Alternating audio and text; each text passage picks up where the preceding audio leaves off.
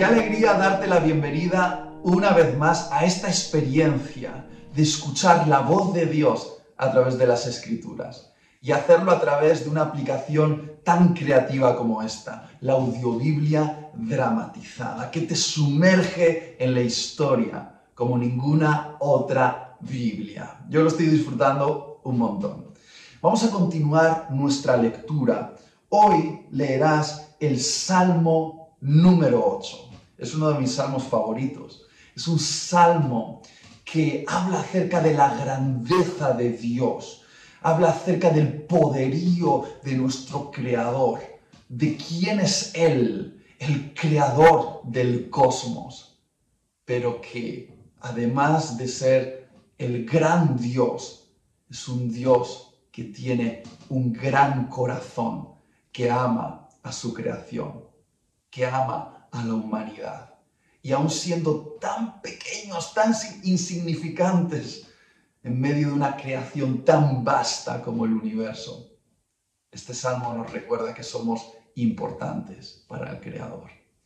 Después continuarás la lectura en el libro de Números, capítulo 29 y capítulo 30. Una vez más quiero animarte a prestar atención. Sé que a veces es un poquito tedioso leer acerca de las leyes que Dios instauró, pero todas esas leyes del Antiguo Testamento eran sombras de algo que había de venir, que se cumple en la era del Evangelio.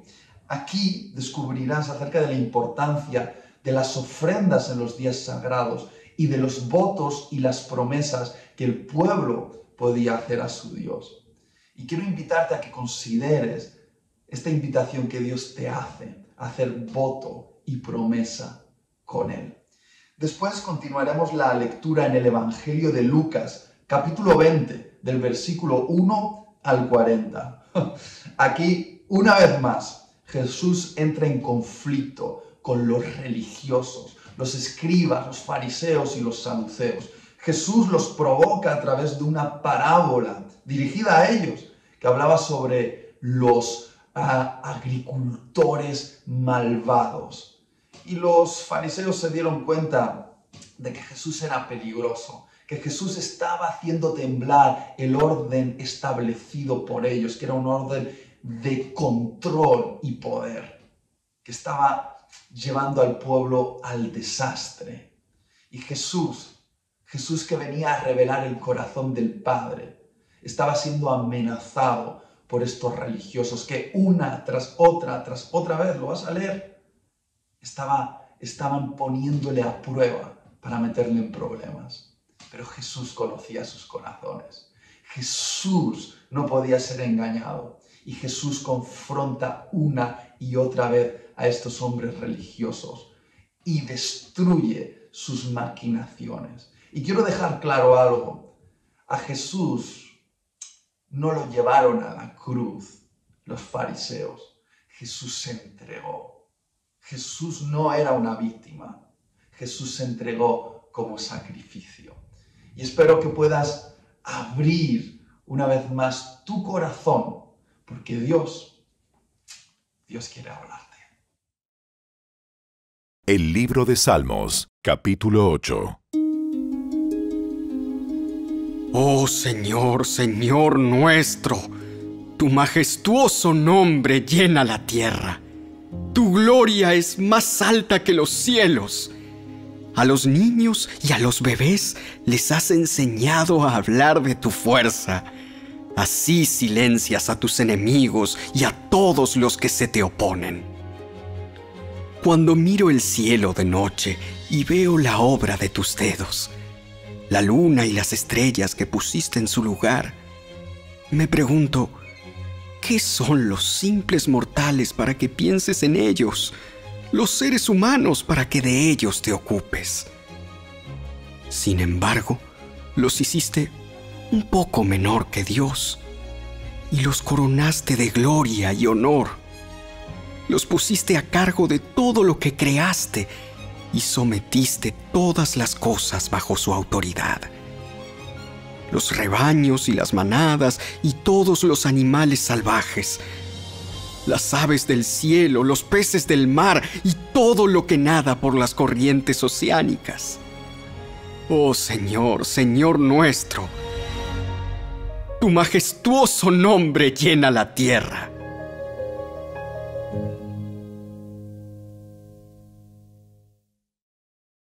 El libro de Números, capítulo 29. Cada año, el primer día del mes señalado, al principio del otoño, celebren el Festival de las Trompetas. Convoquen un día oficial para una asamblea santa y no hagan ningún trabajo habitual. Ese día deben presentar una ofrenda quemada como aroma agradable al Señor.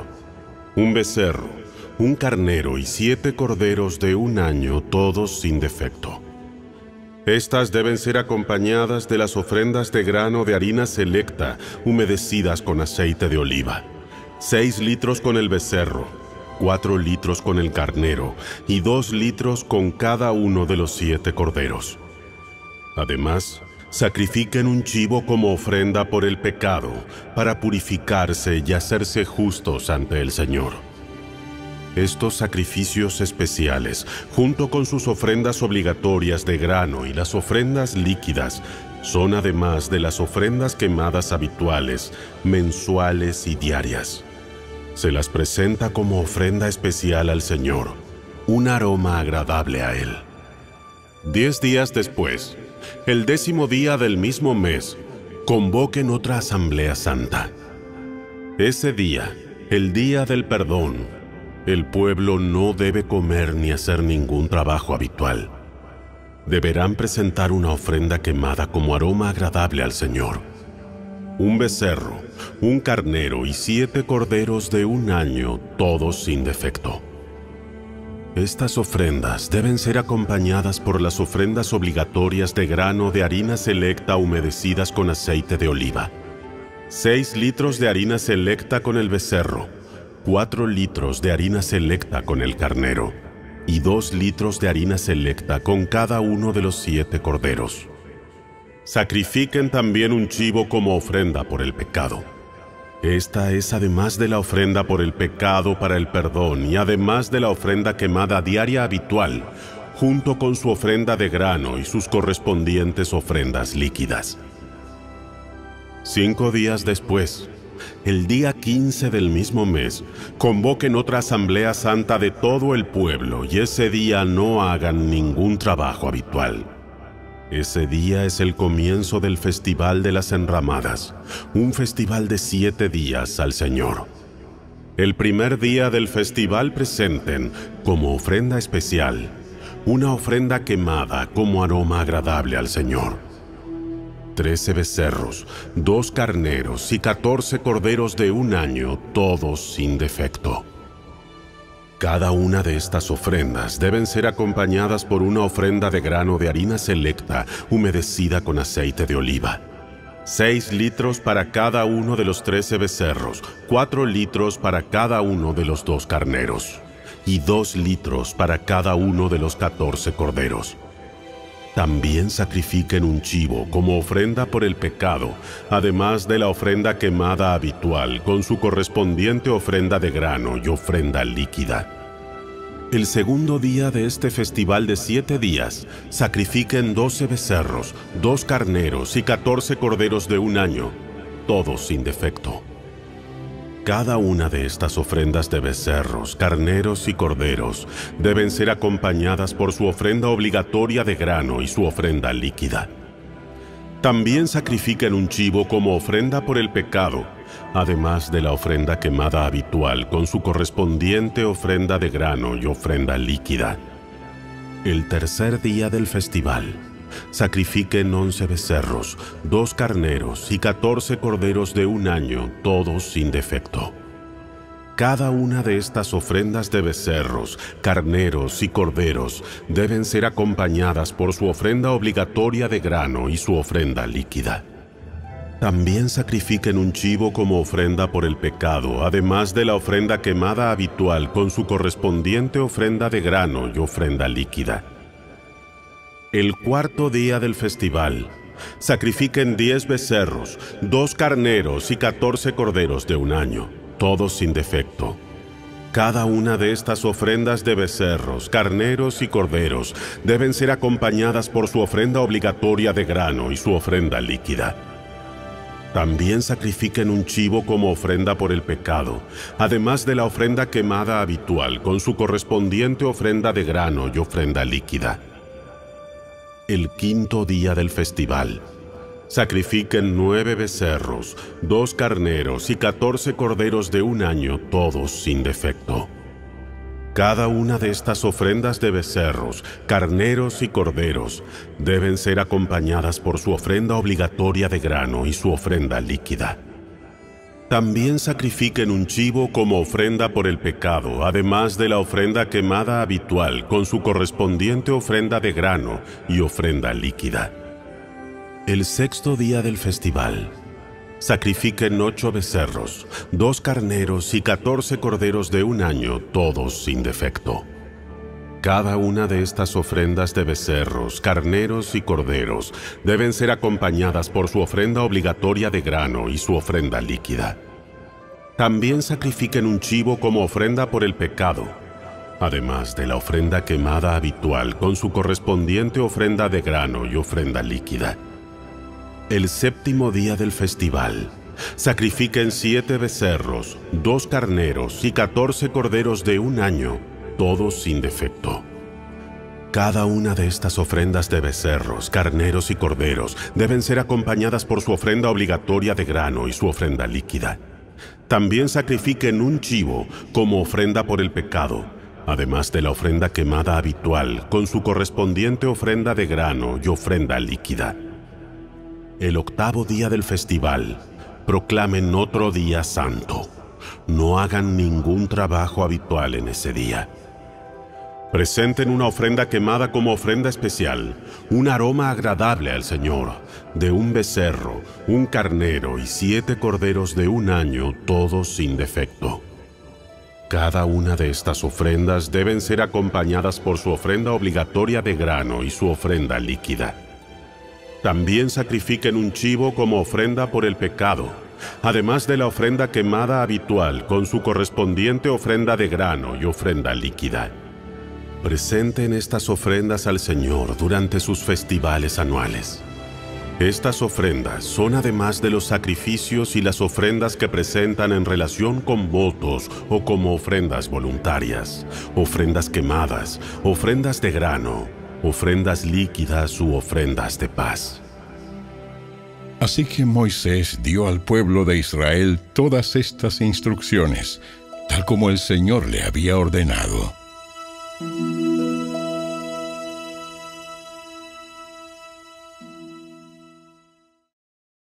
El libro de Números, capítulo 30.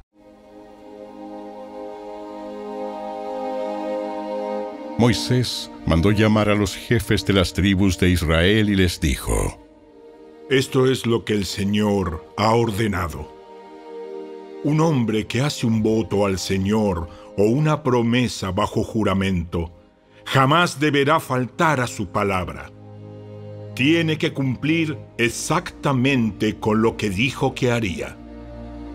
Si una mujer joven hace un voto al Señor o una promesa bajo juramento, mientras todavía vive en la casa de su padre y su padre se entera del voto o de la promesa y no se opone, entonces todos sus votos y todas sus promesas siguen en pie.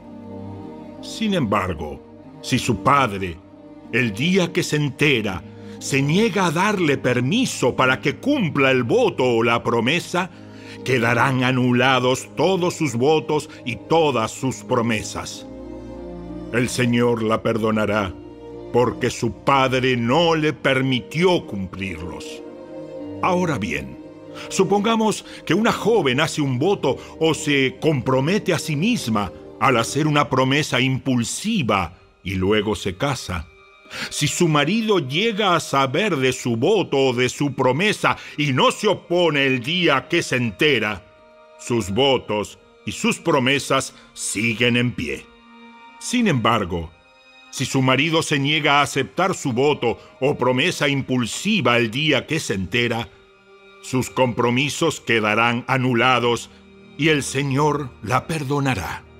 Pero si se trata de una viuda o de una divorciada, esta persona deberá cumplir con todos sus votos y todas sus promesas.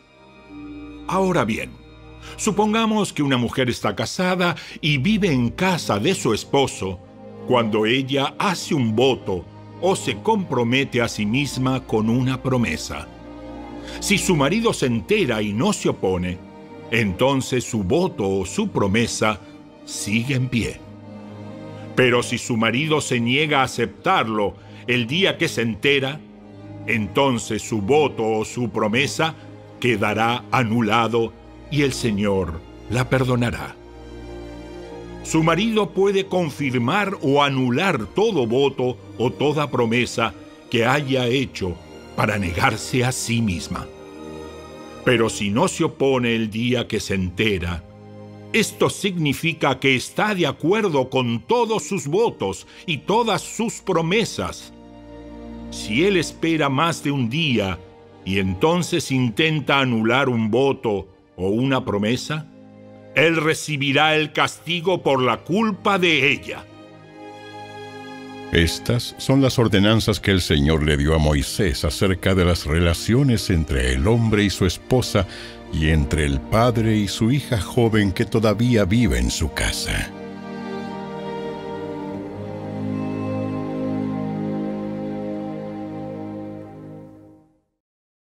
El Evangelio según Lucas, capítulo 20.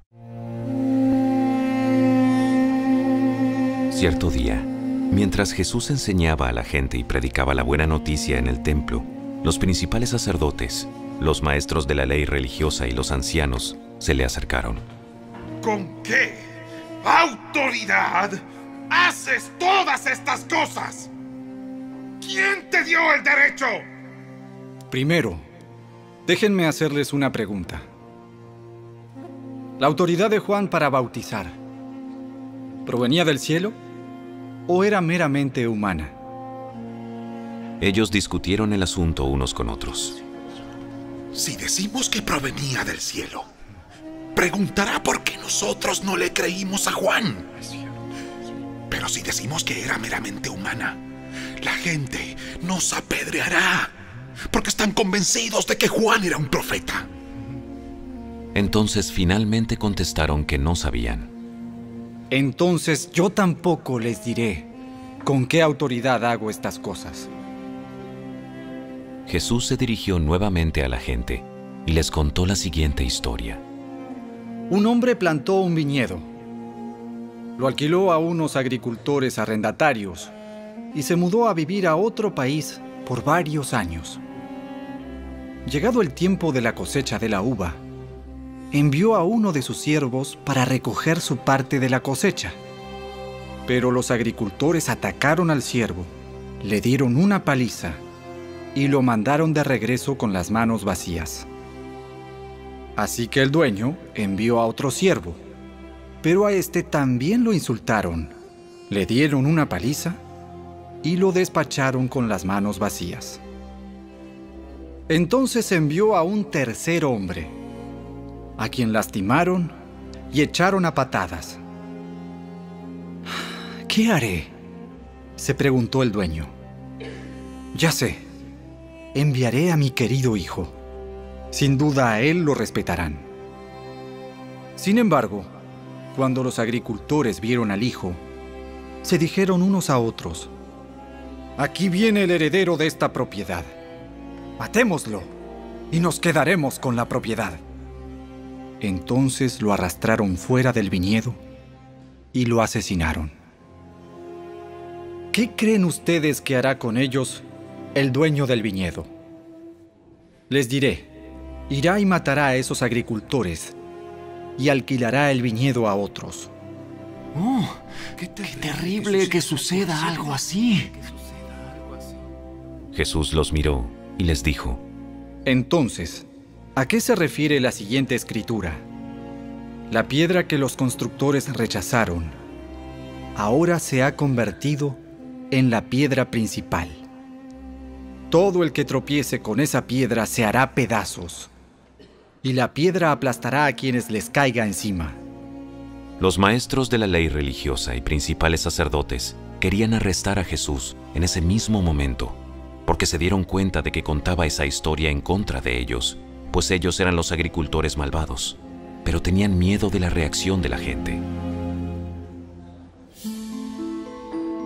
Esperando su oportunidad, los líderes mandaron espías que se hicieron pasar por hombres sinceros. Trataban de hacer que Jesús dijera algo que pudieran informar al gobernador de Roma para que lo arrestara. Maestro, sabemos que dices y enseñas lo que es correcto y no te dejas influir por lo que piensan otros. Enseñas con verdad el camino de Dios. Ahora dinos, ¿es correcto que paguemos impuestos al César o no? Jesús se dio cuenta de la trampa y dijo: Muéstrenme una moneda romana.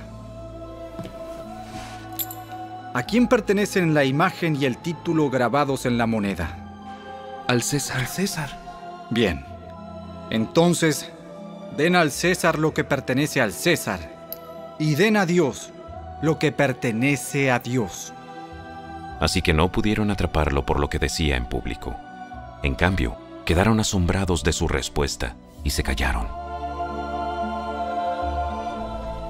Después se acercaron a Jesús algunos saduceos, líderes religiosos que dicen que no hay resurrección de los muertos. Le plantearon la siguiente pregunta. Maestro, Moisés nos dio una ley que dice que si un hombre muere y deja a una esposa sin haber tenido hijos, su hermano debe casarse con la viuda y darle un hijo para que el nombre del hermano continúe. Ahora bien, supongamos que había 7 hermanos. El mayor se casó y murió sin dejar hijos. Entonces el segundo hermano se casó con la viuda, pero él también murió. Luego el tercer hermano se casó con ella. Lo mismo sucedió con los 7, quienes murieron sin dejar hijos.